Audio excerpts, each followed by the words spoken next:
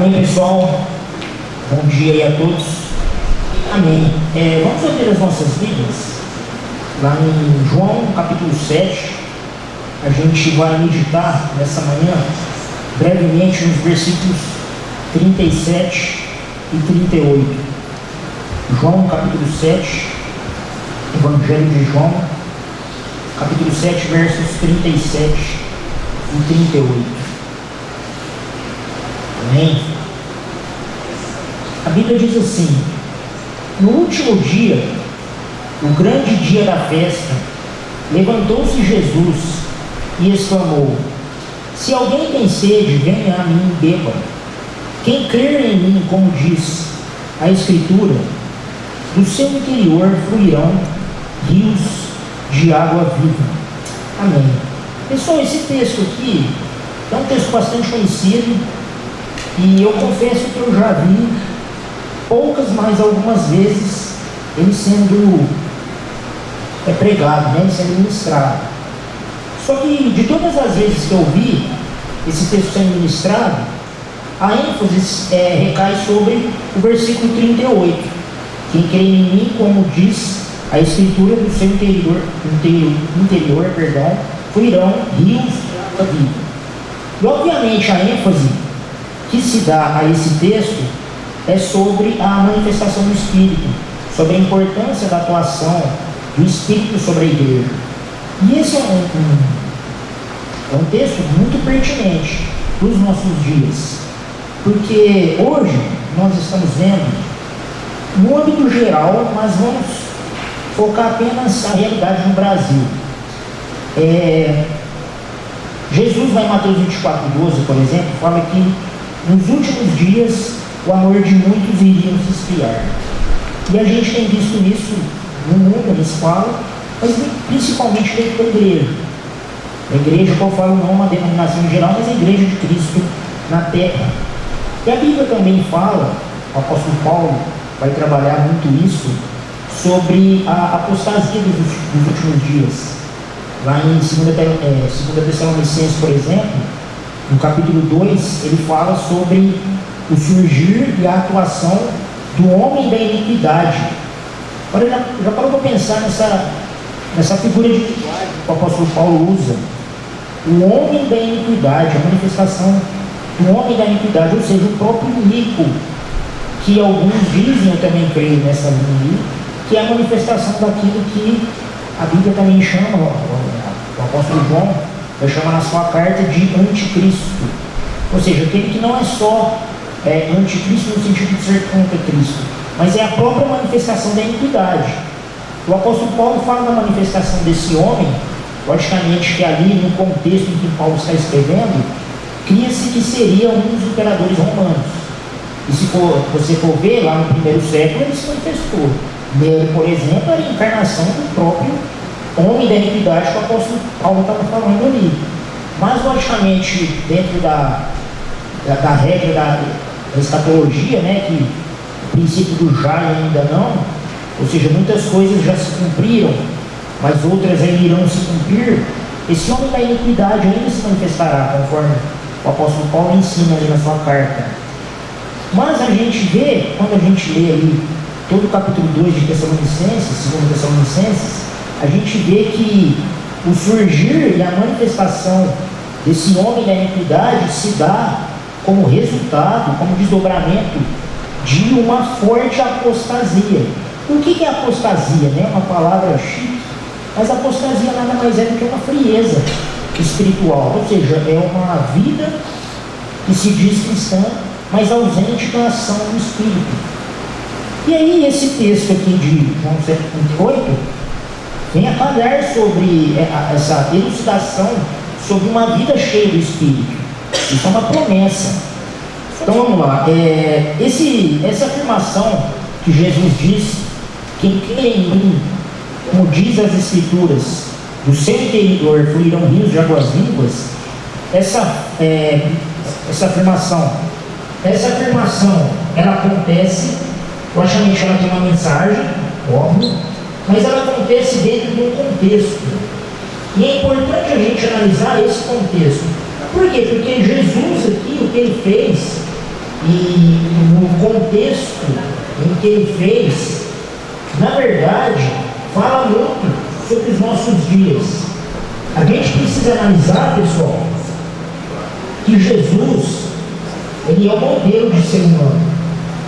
Ele se encarnou, logicamente, para manifestar todo o plano da redenção, mas também para ser o modelo de ser humano. A Bíblia diz que nós somos formados à imagem e semelhança de Deus.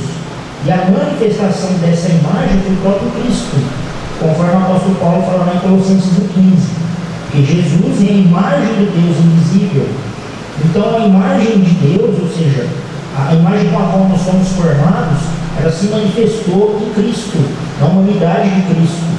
Por isso que em Romanos 8,29 ele vai dizer que todos escolheu também os predestinou para ser conformes à imagem do seu Filho, a fim de que ele seja o primogênito entre os irmãos.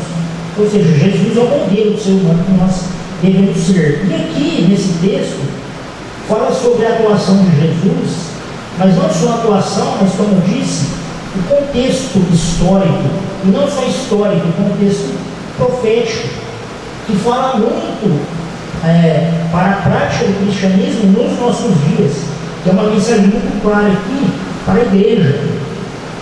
Porque o fato de Jesus estar participando desta festa aqui e fazer o que fez, não é apenas o fato de Jesus estar cumprindo o plano da redenção, ou seja, a atuação do próprio Deus, encarnado na pessoa de Deus Filho, na história, mas também fala sobre o seu desdobramento nos nossos dias. Então vamos entender um pouco esse contexto, para que depois a gente faça a aplicação prática para os nossos dias. Então lá no versículo 37 diz assim: no último dia, o grande dia da festa. Que festa é essa? O texto, pessoal, em si, ele não dá indícios claros. Por quê? Porque João, ele era um judeu, ele estava escrevendo para os judeus ali da igreja primitiva. Então, os judeus ali que leram essa carta, eles já tinham em mente que festa era essa. E essa festa era a festa dos tabernáculos. Então, lá em Levítico 23, 36, por exemplo, Moisés ali dá toda a recomendação e o que significava essa festa.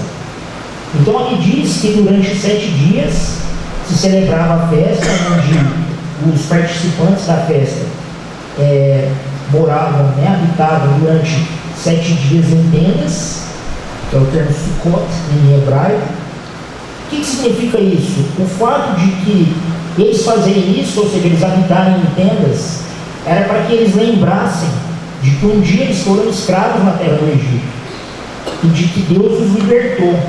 Porque essa consciência que era celebrada ali na festa dos tabernáculos não era somente para que eles lembrassem que um dia eles foram escravos na terra do Egito, isso também, mas principalmente por conta da ação sobrenatural, soberana de Deus, a ação libertadora de Deus. Ou seja, nós somos escravos, mas hoje nós somos libertos.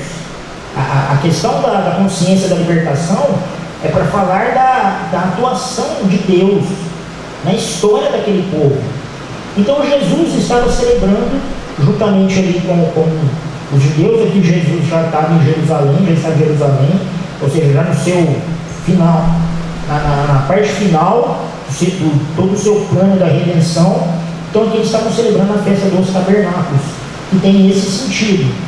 E aqui o próprio Jesus é o cumprimento pleno da festa dos tabernáculos, porque tabernáculo, logicamente, era o símbolo, não só o símbolo, mas a própria manifestação de Deus no meio do povo. Então, quando a gente estuda, por exemplo, todo o êxodo dos hebreus, a gente vê que a Bíblia fala de uma maneira muito clara como deveria ser a disposição e a organização das tribos, que era um formato de cruz. Interessante isso, e tinha toda ali a organização, e o tabernáculo ficava exatamente no meio. Por quê? Porque aquilo ali era um símbolo de que a presença de Deus agia e se manifestava no meio deles. E Jesus, quando lá em João 12, diz que o Verbo se fez carne e habitou entre nós e vimos a sua glória, glória como unigênito do Pai, foi a ação tabernacular, ou seja, o próprio Deus se manifestando em meio ao seu povo, em meio a Israel. Só que quando a gente analisa todo o processo ali da celebração das festas, principalmente da festa do tabernáculo, a festa do tabernáculo ela encerrava um ciclo das chamadas festas solenes, porque há na Bíblia três principais festas, não são as únicas, porque todo o Êxodo e também Levítico fala sobre alguns eventos especiais que o próprio Deus estabeleceu como formação da consciência ética e cultural daquele povo. Existiam logicamente alguns eventos, como o próprio Shabat, como o próprio Yom Kippur, que é o dia da expiação, as duas novas, mas existiam três festas que eram festas que o próprio Deus, através de Moisés, ali no Levítico fala, que eram festas perpétuas, que são as três principais festas. Quais são? A Páscoa, a festa das primícias, ou festa das colheitas, e a festa dos tabernáculos. Então, na verdade, quando se cumpria a festa dos tabernáculos, é porque as outras duas anteriores foram celebradas. Ou seja, não poderia celebrar a festa dos tabernáculos sem as duas anteriores. A celebração dessas festas, ela tinha uma ordem lógica. Então, a Páscoa, o que simboliza a Páscoa? O próprio termo, passagem, fala de quando Deus libertou o povo do Egito. Vocês conhecem a história, o sangue dos umbrais, cada família ali, no arraial dos hebreus, teria que imolar um cordeiro, se alimentar dele, pegar o sangue, passar nos umbrais da porta. Tudo isso vocês conhecem, logicamente, existe uma tipificação muito clara e muito forte, que toda ela aponta para Cristo. Então, a Páscoa, ok. Depois da Páscoa, que simboliza exatamente essa libertação do povo, você tem a celebração da festa das primícias, a festa das colheitas. O que isso simboliza? Logicamente, o mandato de Deus ali era para que todas as primícias da colheita fossem levadas a Deus como culto, como sacrifício. Mas a aplicação prática disso para a vida dos hebreus é que os hebreus foram escolhidos como povo de Deus, como as primícias daquilo que viria. É interessante quando Pedro, por exemplo, no Novo Testamento, em 1 Pedro 2,9, ele fala, dizendo em relação à igreja: vós, porém, sois raça eleita, nação santa, sacerdócio real, povo de propriedade exclusiva de Deus. Então, obviamente, Pedro está falando sobre a igreja, mas toda essa terminologia que Pedro usou era aplicada a Israel. Então, Israel foi, na verdade, a primícia, ou seja, a primícia daquela nação que viria a ser uma nação forte, como o próprio Deus prometeu a Abraão, que seria a nação que exerceria uma ética, uma cultura, ou seja, seria uma sociedade cujo Deus seria o seu próprio Senhor, o seu próprio Deus, e essa nação refletiria os atributos do próprio Deus através da sua lei, através de todo o seu corpo social ali, para as outras nações. Então, na verdade, a nação de Israel foi a primícia da igreja. É por isso que a igreja, ela vem de Jesus, e Jesus é um judeu. Então, isso fala não só da gente dar as nossas primícias dos nossos dias, dar as nossas primícias dos nossos feitos, mas nós somos as primícias. Por quê? Porque nós somos ligados àquele que é a primícia, que é o próprio Cristo. Cristo é a primícia de Deus em relação ao resgate, ao religar de Deus aos homens. Então existia o cumprimento dessa festa, a festa das colheitas, a festa das primícias, para depois, aí sim, ter a festa dos tabernáculos. E aí a festa dos tabernáculos, como eu disse, onde se habitava em tendas, mas isso fala da questão não só da libertação do povo, mas da manifestação do próprio Deus sobre o povo, e logicamente isso personificado na pessoa de Jesus. E por que Jesus aqui fala, João registra, fala sobre o último dia? Porque, como diz o texto lá de Levítico, eram 7 dias onde eles irão habitar em tendas, e no 8º dia era o dia de chamada Assembleia Solene, ou seja, todo o povo de Israel iria se reunir para ofertar sacrifícios a Deus. Então, pessoal, se a gente for analisar, Jesus, ele cumpre as 3 festas. Jesus, ele cumpre as 3 festas. A sua vida é a própria manifestação e exercício das 3 festas em uma pessoa só. Então, Jesus, ele é a Páscoa, ele é o Cordeiro Pascal, conforme em 1 Coríntios 5, o apóstolo Paulo fala, que Jesus é o nosso Cordeiro Pascal, ou seja, ele é o sacrifício que nos traz libertação de uma vida de pecado e nos conduz à vida plena nele mesmo, a vida abundante que ele veio dar. Ele também é, como eu disse, a primícia de Deus, por isso que Paulo fala, o primogênito entre muitos irmãos, ele é a primícia, ele é o primeiro. E também a questão do tabernáculo. Por quê? Porque ele é aquele que habitou entre nós. Ou seja, o próprio Deus, na pessoa do Deus Filho, habitando entre nós. Por que eu estou falando tudo isso? Porque o cristianismo, pessoal, consiste na celebração dessas 3 festas. Elas se cumpriram em Cristo, não é para se cumprir em Cristo acabou. Elas se cumprem em Cristo porque Cristo é o modelo. Então, na verdade, se Cristo é o modelo e ele é a síntese dessas 3 festas, com todo o seu significado, é porque o cristianismo, tanto é que cristãos significa pequenos cristos, ou seja, seguidores de Cristo. Então, nós, como seguidores de Cristo, assim como Cristo foi a encarnação da manifestação dessas 3 festas, nós, como cristãos, precisamos celebrar no nosso dia a dia essas 3 festas. Então eu quero falar rapidamente sobre como nós, cristãos, precisamos celebrar essas 3 festas. Porque daí sim, à medida que nós vamos celebrando essas festas na nossa vida, aí é que vem a ação do Espírito. Porque, como eu disse, no versículo 38, Jesus diz: aquele que crê em mim, como diz a Escritura, vou falar isso depois, do seu interior fluirão rios de água viva. Logicamente ele está falando da atuação do Espírito, mas isso acontece quando há o quê? O cumprimento e a celebração de todas as outras. Porque, como diz aqui, no último dia, o dia da grande festa, significa que todas as outras 3 foram celebradas.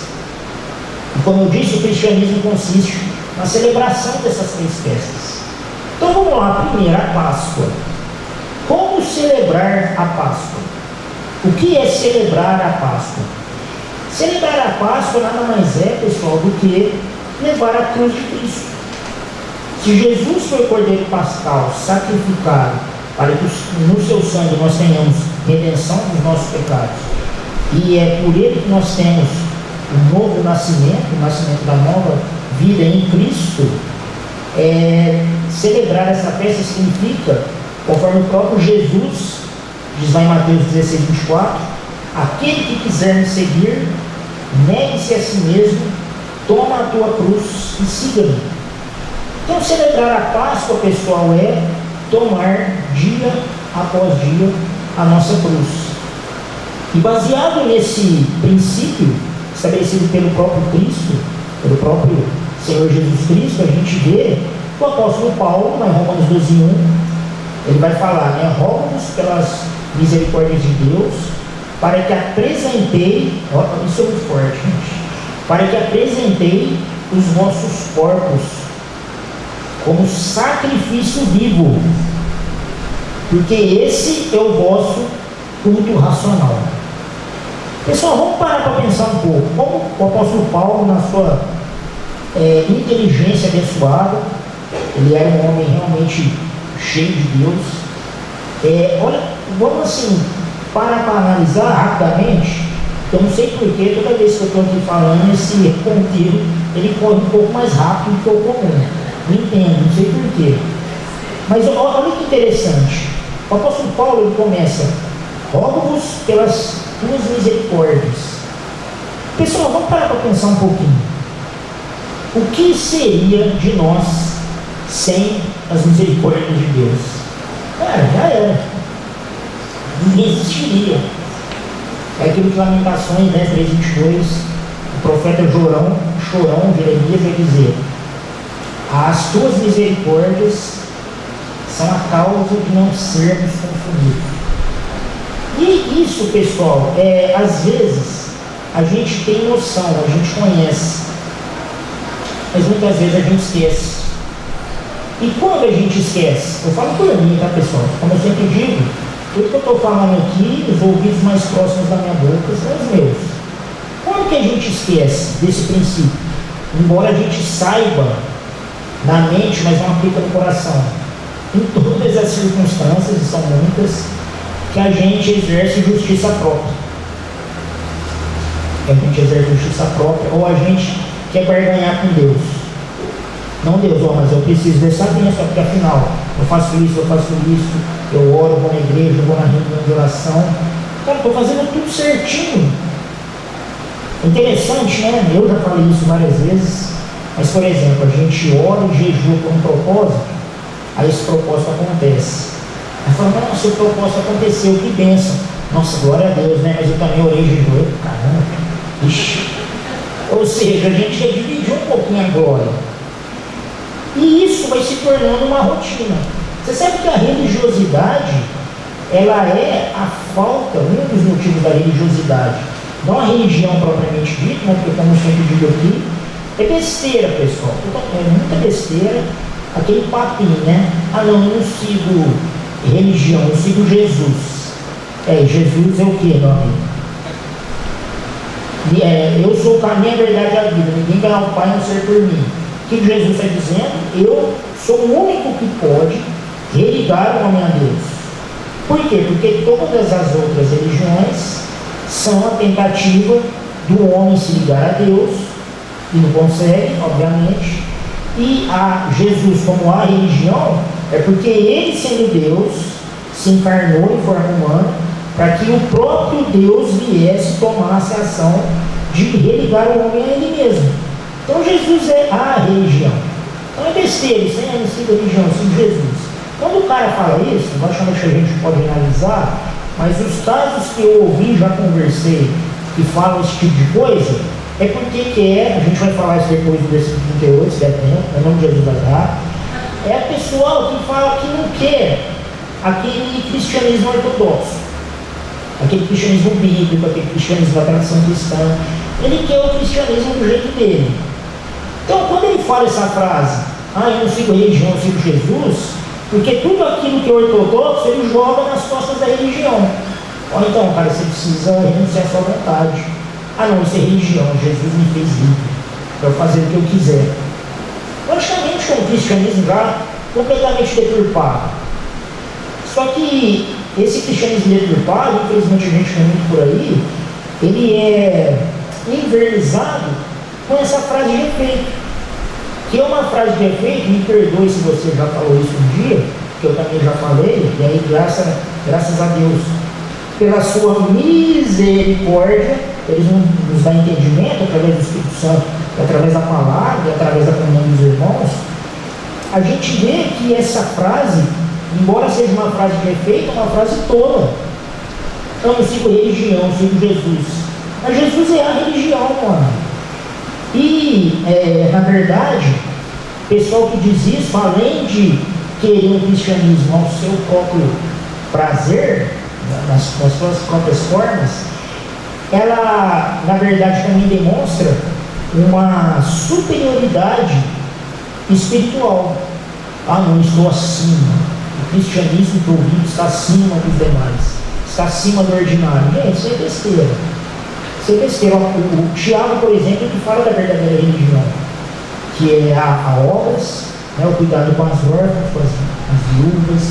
Ou seja, essa é a verdadeira religião. Por quê? Porque essas ações são consequências de estarmos verdadeiramente religados com Cristo, religados com Deus em Cristo. Então é óbvio, pessoal, que é besteira essa questão. E isso também, quando eu falo religiosidade, eu não estou falando da crítica à verdadeira religião, mas eu falo da religiosidade que o próprio Jesus refutou quando ele vai falar, por exemplo, em relação aos fariseus e aos saduceus. Ou seja, é uma tentativa de interpretar a lei de Deus com pressupostos completamente humanos. Então, quando eu falo religiosidade, é uma vida com Deus desprovida de ação do Espírito, daquilo que o Wesley, por exemplo, chamava de coração aquecido. Nós somos cheios do Espírito. Quando o apóstolo Paulo, lá em 1 Tessalonicenses 17, por exemplo, vai falar: não apagueis o Espírito. É dessa religiosidade que eu estou dizendo. E essa religiosidade, se a gente for analisar, ela é resultado, não como única causa, mas uma das causas é de que nós não temos uma prática da misericórdia de Deus. Bom, se eu estou aqui falando hoje, é por conta da misericórdia de Deus. Eu estava ali na hora do louvor, eu estava ali brigando não, né? Mas eu estava ali orando. Deus, hoje o Senhor sabe que a minha respiração está difícil. Será que eu vou conseguir dar a palavra hoje? Deus, o Senhor sabe que eu quero pregar, mas será que vamos conseguir? Vamos lá. E aí eu até, quando a Karen olhou assim, né, que deu sinal para eu vir para cá, eu já vi, falei: Deus, o Senhor sabe que se não for a sua capacitação, não vai. Se não for a sua misericórdia, não vai. Logicamente, no meu caso, se torna mais drástico, vamos dizer assim, embora eu não goste muito dessa palavra. Mas se torna mais visível. Mas, na verdade, mesmo você que é saudável, graças a Deus por isso, você é saudável porque o fato de você ser saudável é um desdobramento da misericórdia de Deus. Então isso é uma coisa que até parece clichê, mas a gente esquece com muita facilidade. É lógico que a misericórdia de Deus acaba com nós somos consumidos. Ok, tá, mas e por que às vezes na prática a gente esquece isso? Quando a gente trata o irmãozinho, por exemplo, com a nossa própria justiça. E tratar o irmãozinho com a nossa própria justiça é justamente se esquecer da misericórdia de Deus sobre a nossa vida e sobre a vida dele. Ou seja, sobre alguma falha que vem acontecer. E, olha, o caso clássico, assim, de que muitas vezes nós esquecemos das misericórdias de Deus. É quando a gente peca e a gente se arrepende, beleza. Faz todo aquele arrependimento aqui, ó, pelo Espírito, beleza. Ok. Só que quando o irmãozinho ou a irmãzinha pisa no nosso calo, ixi, aí fica difícil, né? Oh Deus, o Senhor estabelece a sua justiça. Põe a mão, pesa a sua mão sobre aquela criatura. Mas eu estou falando porque eu já fiz isso direto, e eu faço isso às vezes também. É que quando você faz isso aí, o Espírito dá aquele alerta. Não, mas espera aí. Você já cometeu afrontas, eu já cometi afrontas contra Deus muito piores do que a afronta de que alguma pessoa fez contra mim. Nem se compara. E aí quando é a nossa afronta em relação a Deus, a gente vai, né, tudo quebrantado. Deus, me perdoa. Mas quando é o irmãozinho que pisa no nosso calo, irmãos, eu não estou puxando a orelha, estou só citando uma fraqueza nossa, que é uma fraqueza minha também. E aí a questão é, nós precisamos o quê? Sermos sacrifícios vivos. Porque isso exige o quê? Exige sacrifício. Isso exige renúncia. Isso exige aquela vontade de exercer justiça própria. É aquilo, né? Aquela serpente que tem dentro da gente mesmo. Sabe a serpente assim, quando quer destilar aquele veneno, Mas ela não pode, ela fica com o pescocinho ereto assim, mas não pode, a gente. Aquela coisa fica ali, ó. Mas aí você não posso fazer isso. Mas está lá dentro. O que é isso? Sacrifício vivo. É o famoso engolir sapo. Isso o que? É tomar a cruz. É perdoar uma coisa que na sua própria capacidade você não vai perdoar. Mas o que acontece? Eu morro para isso.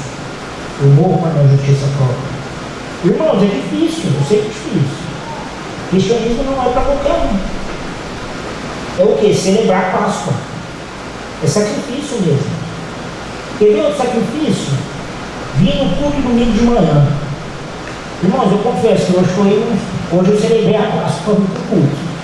Porque se deixasse pela minha carne, na cama não estaria agora porque eu já costumei acordar cedo, mas com certeza eu estaria fazendo outra coisa. Mas aí o que nos inspira a vir para cá? É justamente a lembrança das misericórdias. Cara, essa misericórdia de Deus, se renova sobre a minha vida a cada dia, eu preciso agradecer a Deus por isso. E como que eu vou agradecer a Deus por isso? Celebrando o ato da misericórdia, celebrando a Deus com os meus irmãos. E é tão interessante, que toda vez que eu venho, sabe, no sacrifício, quando eu chego aqui, eu vejo os irmãos, começa o louvor, cara, é um refrigério, assim, nossa, aqui é o melhor lugar para estar. Graças a Deus por isso.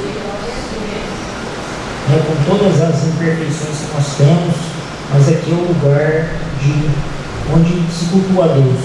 Não que você não possa cultuar Deus na sua casa, mas é uma coisa que eu sempre digo, e que a Bíblia dá respaldo para isso. O culto doméstico não substitui o culto público e vice-versa. Na verdade, são duas pernas. A gente não caminha com duas pernas. Se tirar uma, aí a gente vira só se pererê. E aí tem muito crente saci pererê. É o crente que só fica no culto público, só tem a perninha do culto público, não faz culto doméstico, não tem tempo, né, de oração, de leitura da palavra em casa, ou vice-versa, né? Ah não adoro a Deus na minha casa. Falou, beleza. E isso, o que reverbera no não desenvolvimento e no crescimento espiritual. Porque na verdade a Bíblia fala para nós andarmos com Deus. 1 João 2,6 fala que aquele que está em Cristo deve fazer tudo aquilo que Jesus fez. E aí usa um termo que eu acho muito interessante: andar como ele andou. E aí tem cristão que quer andar com uma perna só, ou com a perna do culto público, ou com a perna do culto domiciliar. Na verdade não, tem que andar com as duas, uma depois da outra. Então, o culto público, ele é importante.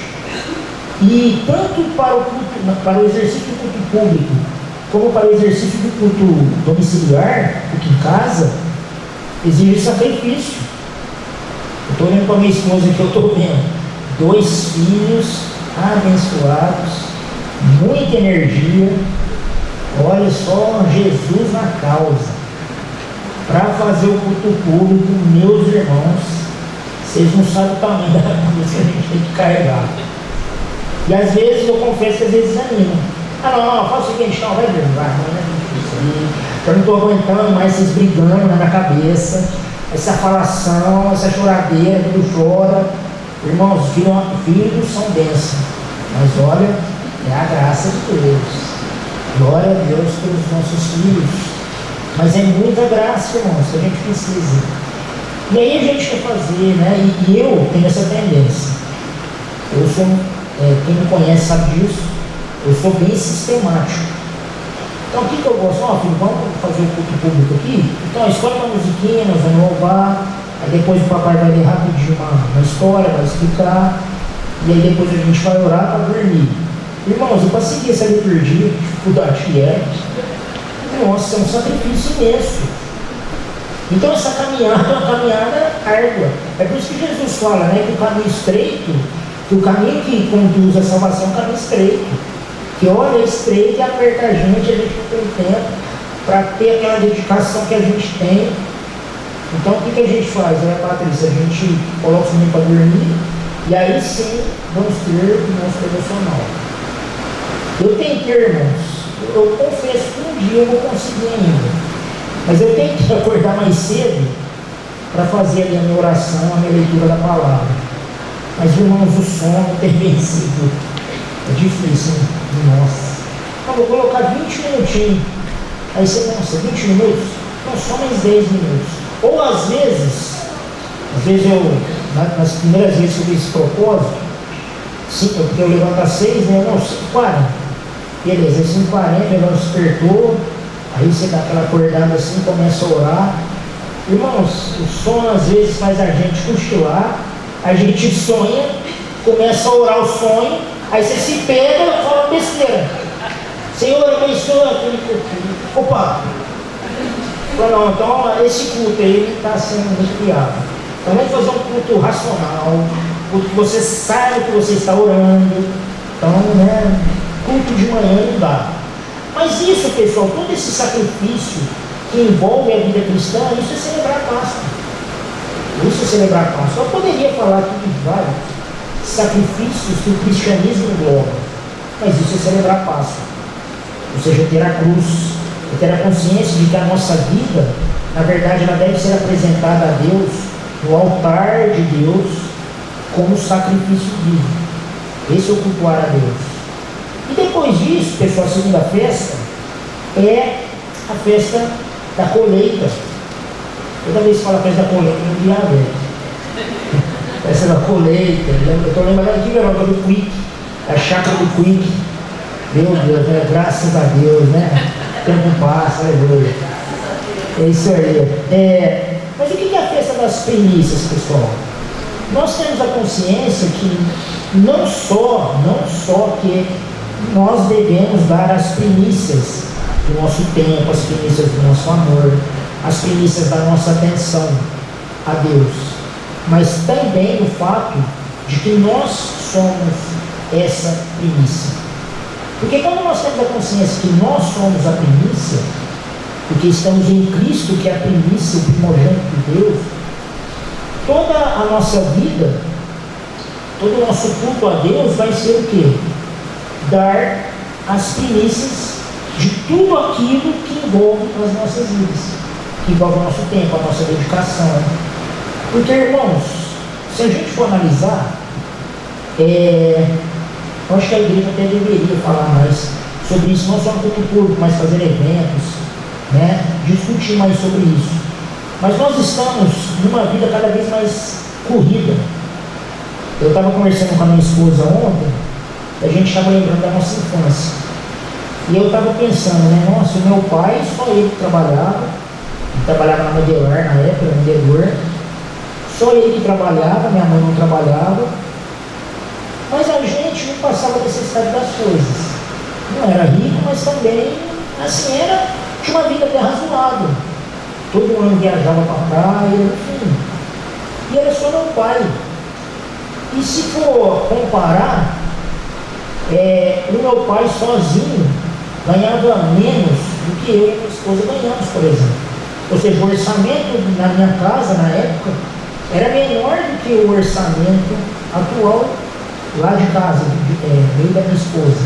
Só que, comparado com a vida que eu tinha lá, cara, era muito mais, como eu vou dizer assim, era muito mais tranquila. E aí, como isso? É porque antigamente não tinha as necessidades, mas os desejos, a pressão que o mundo coloca hoje em dia. Então, na minha época não tinha celular, a gente não tinha videocassete, que o mundo tinha, a gente não tinha várias coisas. Mas, irmãos, não fazia falta. Não fazia falta. Agora, hoje, não, eu tenho que morar num condomínio bom, porque meus filhos não podem mais brincar na rua. Então, tem que ter um condomínio que tenha tudo para que meus filhos possam brincar. Ah, mas o amiguinho tem um celular de última geração, meu filho não tem. Isso causa tristeza, isso causa inaceitação. Então, meu filho precisa ser aceito, porque senão isso vai ter traumas. Irmãos, a gente vai, infelizmente, ouvindo as ladainhas do mundo, e aí a gente vai comprando as ideias que o mundo coloca, e aí, para sustentar essa vida que o mundo coloca, ela é onerosa, é caro. E aí a gente precisa o quê? Trabalhar mais e mais e mais e mais. E isso vai comprometendo o quê? As nossas primícias. E aí a nossa primícia vai no quê? Vai para que a gente tenha fundos para poder sustentar a nossa vida. Porque se a gente for analisar, pessoal, nós temos, todo ser humano, ele tem dois tipos de vida. Tem a vida real e tem a vida ideal. Então, tem aquela vida que é a realidade nua e crua, e tem a vida que a gente idealiza. E não é errado a gente idealizar. Foi algo que Deus colocou no coração do homem, do projeto, né? O homem faz planos, mas a resposta certa dos lábios vem do Senhor. Então, essa capacidade de idealizar, de projetar é de Deus.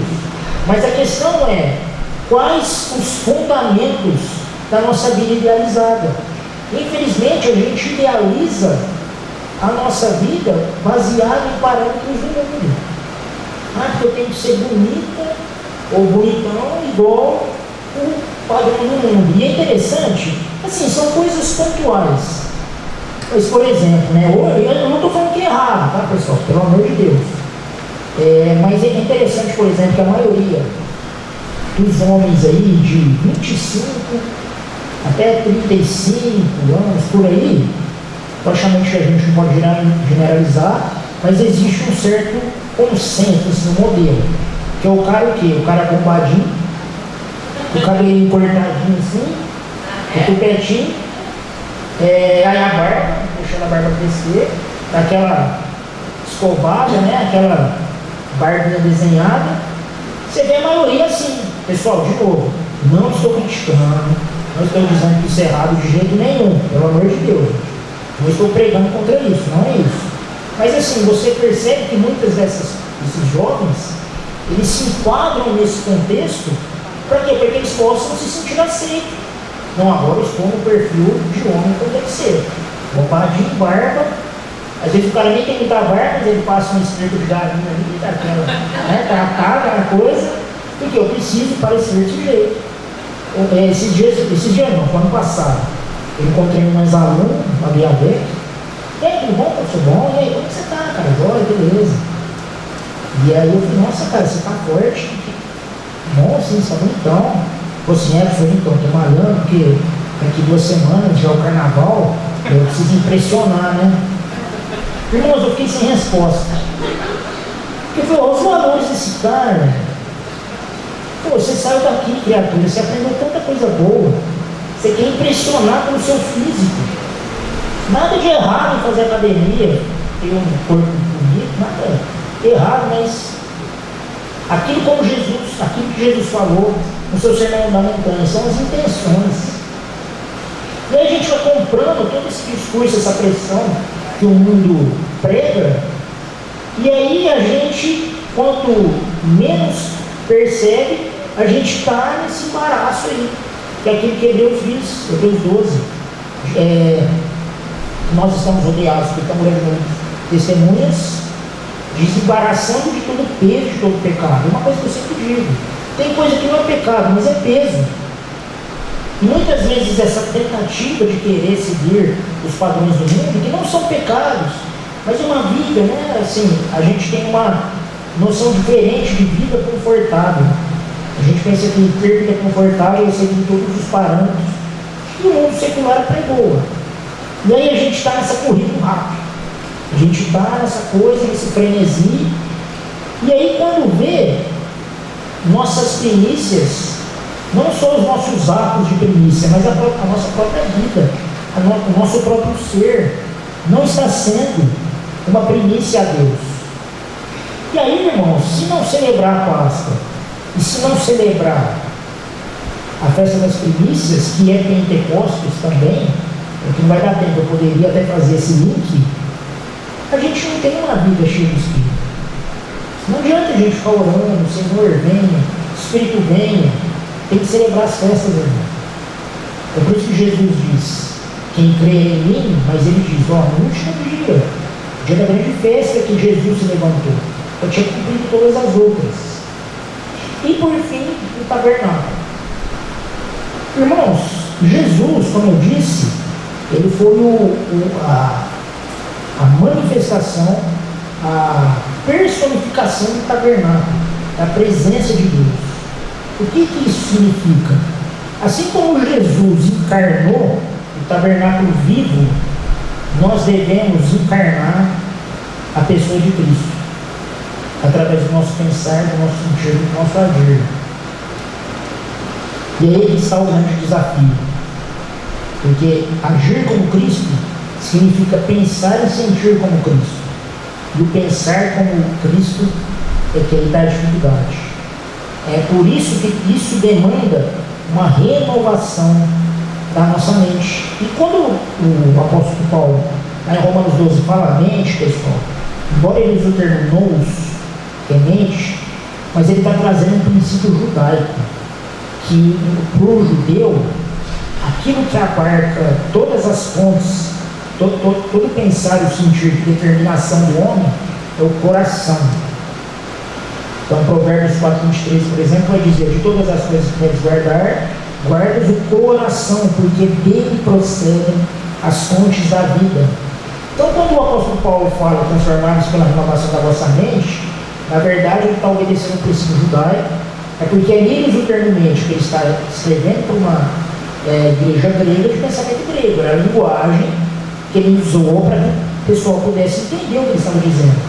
Mas, por ele ser formado no pensamento judaico, ele estava dizendo a renovação do coração. Porque, infelizmente, nós temos uma ideia muito partida do ser humano. O judeu não tem essa ideia partida. O judeu tem a ideia do ser vivente.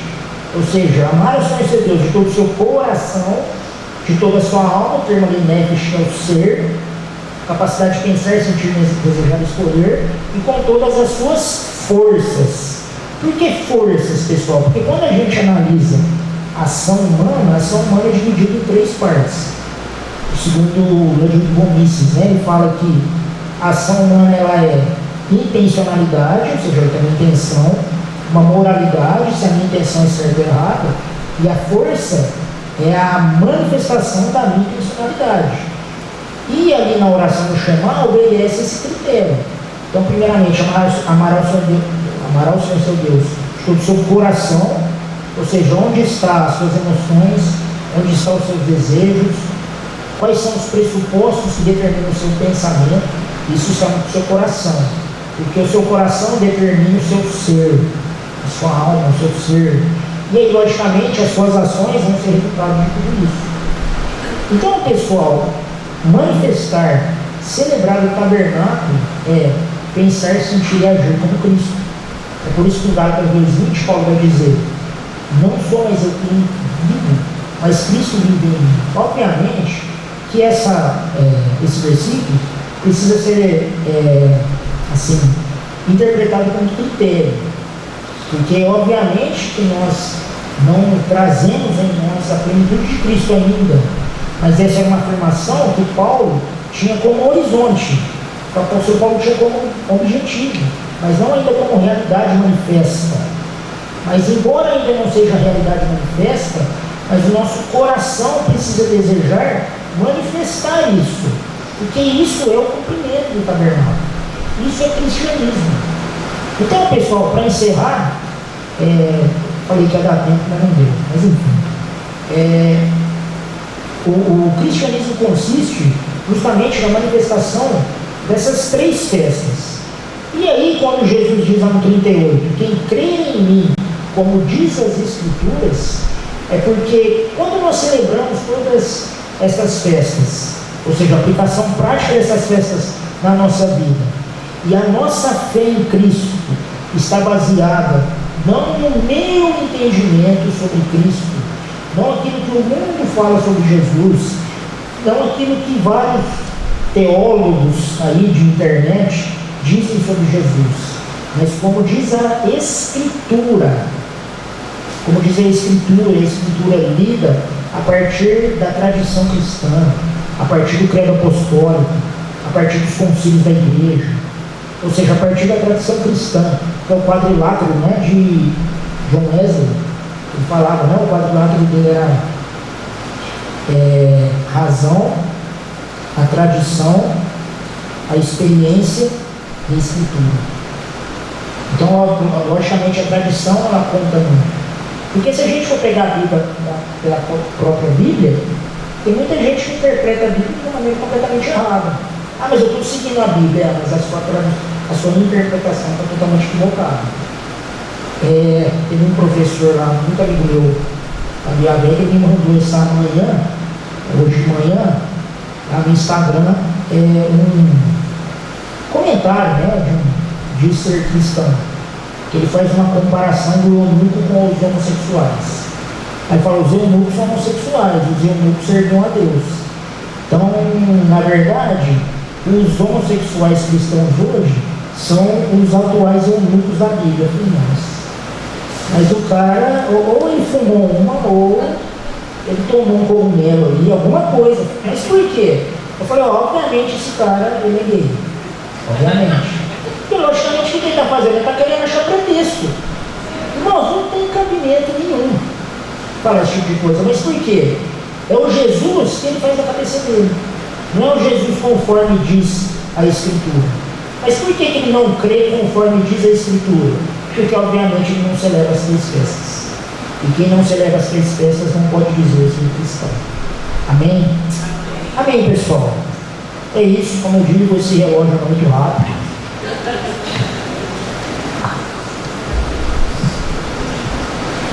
Irmãos, eu queria chamar o pessoal do louvor, que eles cantassem aquela música do Eu Navegarei. Irmãos, a igreja precisa da atuação do Espírito. Até para que nós possamos cumprir essas festas, nós precisamos da ação do Espírito. Porque sem ele, a coisa não vai. Amém? Vamos ficar de pé. Pessoal, depois eu aprendi isso eu julgo o aprendizado correto. Depois de uma ministração da palavra, sempre tem um apelo.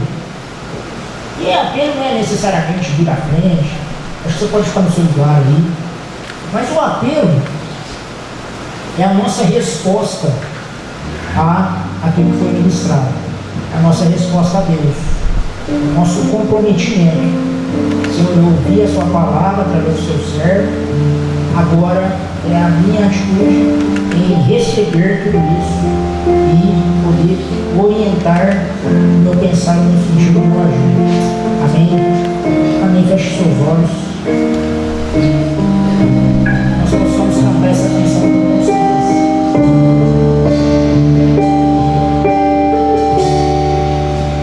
Eu navegarei.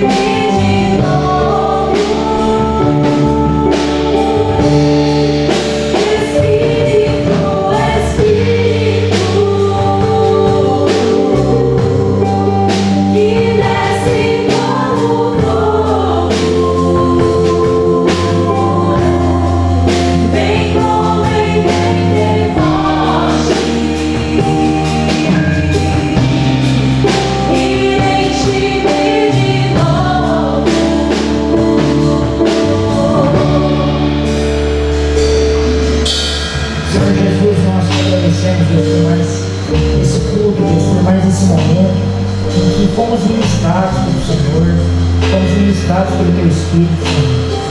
Espírito Santo de Deus, já em nós cada vez mais um desejo por sermos cheios de Ti. Senhor amado, que no nome de Jesus, o Senhor possa, Deus, nos guiar, o Senhor possa nos lembrar de tudo o que o Senhor Jesus nos disse através da Sua palavra, Senhor. Sejamos mais comprometidos contigo e cada vez mais desejemos a Sua presença, o Seu agir em nosso meio. Em nome de Jesus, aviva as nossas vidas, aviva a Sua igreja, Senhor. Em nome de Jesus, Senhor Jesus, a graça e a paz do Senhor esteja conosco, Senhor, nesse dia e durante toda a semana. Em nome de Jesus. Amém.